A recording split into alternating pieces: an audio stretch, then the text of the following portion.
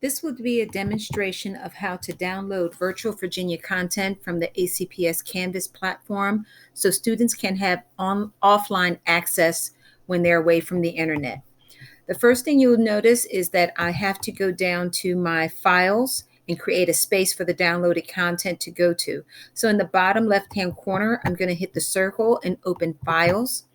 And I'm going to create folders where I would put my content in. How do you create folders? You go to the three dots in the upper right-hand corner. You would press create a new folder. And if my new folder was on Reading 5, I would simply name that folder Reading 5, and I have a folder to place my content in.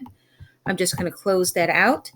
I'm going to go and let you know this is the course that I'm in. So if you were with your student or your child, you would go to their course, you would open up the modules. In the modules in the upper right-hand corner, you'll see export course content. You would double click that. Once you do that, it will initiate the process of exporting a package of all the content that has been published in the course so far that is available for the student to access.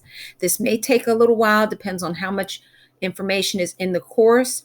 If this is being done while a student is in school, they can do other activities on their Chromebook while this is occurring, and they will get a notification when it is completed. I have already completed this process on using two other programs. So one I did was on the AP Lit, and when I go to modules, I can see right over here on the upper right-hand side when's the last time I exported it. I can click there, and it will take me to the page with all the export history. And my last download was, or export was on the 24th. I'm going to double click this. Once I do that, it downloads right to my device. I can do that the same way with this other course, this after course I picked up as well. Now I'm going to go back to my files. I created a file for my AP Lit information to go inside. And there it is because I actually copied and pasted it here. And I created a folder also for my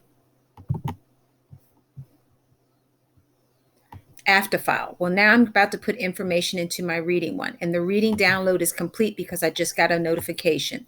So I'm going to go to my downloads. There's my Reading 5. Right now it is in a zip folder. I do not want to keep it in a zip folder because I cannot access it in a zip folder. So I'm going to double click it to open this up. I want this type of folder. I'm going to click the folder. So I have a check mark in it.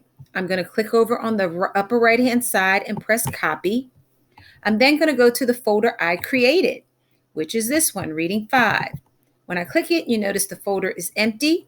I'm now going to click here one time with the three dots, and I'm going to click paste. So now I have pasted what I just downloaded from the offline components. And it is in the process of copying it all in the folder. Depending on how much content is in this folder is how long it will take to actually copy and paste it to my folder. And you see it's doing pretty well. You would want to stay at a school location while this is happening. It is complete. Okay, so I can press dismiss. Now, I have access to all the content on here, whether I'm on the internet or off. So I'm going to double click it, hit index, double click, and it's going to open up folders that look very similar to how they are looking when you are online. If I go to my reading homepage, it looks very similar to what a teacher's reading homepage would look like if we were connected to the internet. If I press reading, it's going to take me to the first page of the reading page, and it helps me navigate through it just as if I were in the actual online program. One thing you will notice when you're going through the program is anything that requires internet submission, you will not be able to do. Anything requiring YouTube video links, those types of items will not be able to be done.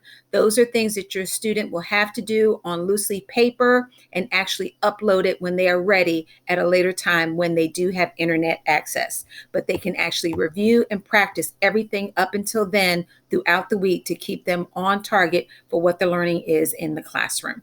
And I hope that helps you better understand how to access offline content.